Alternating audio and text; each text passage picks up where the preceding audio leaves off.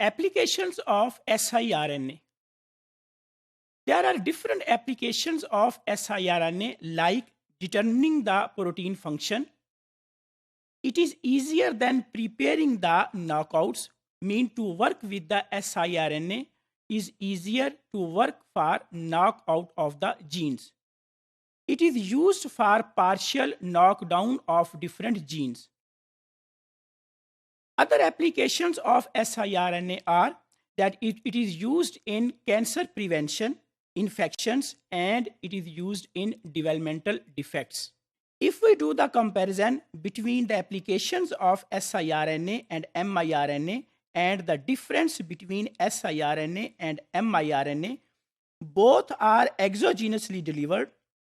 siRNA consists of 21 to 23 nucleotides, and same is in case of miRNA.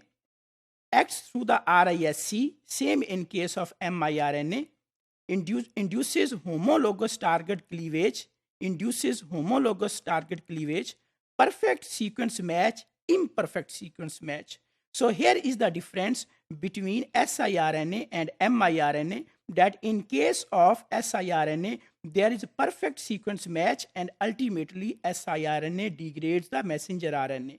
While in case of miRNA, even if there is imperfect sequence match, it can work for the degradation or the stoppage of the translation of the protein, results in target degradation, and it results in translation arrest. So this is the difference between siRNA and miRNA and their mode of action. If we conclude about the applications of siRNA, it is used in determining the protein function. It is easier than to prepare the knockouts, and it is used for the partial knockout of the genes.